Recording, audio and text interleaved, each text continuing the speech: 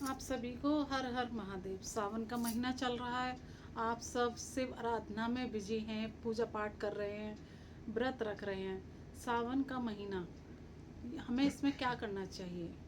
सावन का महीना सिर्फ हरी हरी चूड़ियाँ पहनने का तो नहीं है। सावन का महीना सिर्फ झूला झूलने के लिए तो नहीं है। सावन का महीना है खुद को पा लेने का, शिव में हो जाने का। हर तरफ वातावरण शिव भक्ति से भरा हुआ है। सावन का महीना होता है शून्य हो जाने का, अपने आप को शिव के अस्तित्व में खो जाने का। शिव को आप अपने अस्तित्व में विराजें। आप भक्ति में शिव आराधना करें, शिव की पूजा करें और अपनी सोल ग्रोथ के लिए ध्यान दें। सावन के महीने में पॉजिटिव बहुत हाई होती है, हाई वाइब्रेशन होती है। आप जो भी करेंगे, मंत्र साधना करेंगे, पूजा करेंगे, उसका आपको उचित फल मिलेगा। आप मनाइए महादेव को, भोलेनाथ को मनाइए। वो तो बहुत मासूम से हैं, बहुत जल्दी मान जाते हैं। वो बहुत ही आप लोगों के लिए एक अपनापन, प्रेम भरा हृदय है उनका। अब देखते हैं, चलिए हम सावन के महीने में जल अभिषेक करते हैं। हम सभी जल अभिषेक करते हैं, तो हमें कैसे करना चाहिए? जल अभिषेक के लिए 5 चीज़ें बहुत आवश्यक होती हैं। नंबर 1, आप जल लीजिए, जल में थोड़ा सा गंगा जल मिलाइए। फिर गंगा जल आप शिवलिंग बनाइए। अच्छा, आप ध्यान रखिए कि ना, सावन के महीने में आप पूजा कर रहे हैं तो आप मिट्टी के शिवलिंग बनाइए। 9 शिवलिंग मिट्टी के आप छोटे छोटे शिवलिंग बना के रखिए। छोटे छोटे, इतने छोटे छोटे आप गमलों में बना लीजिए या कहीं भी आप बना के प्लेट में रख लीजिए। 9 शिवलिंग बनाइए। 9 शिवलिंग बनाने के बाद जल लें, जल में थोड़ा सा गंगा जल डालें। उस जल से अभिषेक करें, शिव जी को चढ़ाएं जल को।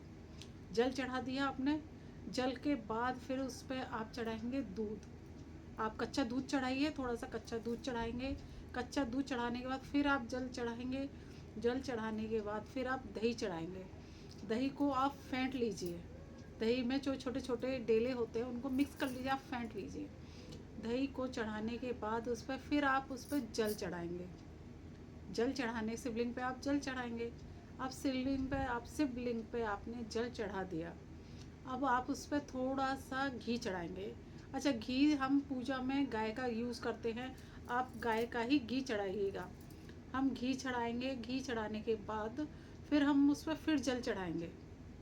जल चढ़ाएंगे, फिर हम चढ़ाएंगे थोड़ा सा शहद। हम शहद थोड़ा सा शिवलिंग पर चढ़ाएंगे। उसके बाद फिर हम जल चढ़ाएंगे। शहद चढ़ाने के बाद फिर हम चढ़ाएंगे शक्कर। शक्कर हो, बूरा हो, खांड हो, आपके पास जो भी हो आप वो चढ़ाइएगा। शक्कर चढ़ाने के बाद फिर हम उनको जल चढ़ाएंगे। जल चढ़ाने के बाद फिर हम उन पर चंदन चढ़ाएंगे। आप पीला चंदन चढ़ाइए। पीला चंदन चढ़ाने के बाद फिर हम उनको बेलपत्री से उनकी आराधना करेंगे, उनके पास बेलपत्र चढ़ाएंगे। ये हो गया हमारा शिव अभिषेक। इस तरह से हमने शिव अभिषेक किया। आप सावन के महीने में शिव अभिषेक कीजिए। अच्छा, इसके बहुत लाभ हैं, इसके अत्यधिक लाभ हैं। इसके इतने लाभ हैं कि अगर आपकी कुंडली में काल सर्प दोष है तो आपको उससे मुक्ति मिलेगी। यदि आपके राहु केतु शनि आपकी लाइफ में प्रॉब्लम दे रहे हैं तो वो भी शांत होंगे। शिव आराधना से आपके जीवन में राहु केतु बैलेंस हो जाएंगे, शनि बैलेंस हो जाएंगे। आपकी कुंडली से जो मंगल दोष है, जो शनि दोष है, उन काल सर्प दोष है, उन सभी से आपको मुक्ति मिलेगी। आपसे प्रार्थना है कि आप सावन के महीने में सॉरी सावन के महीने में जल अभिषेक अवश्य करें।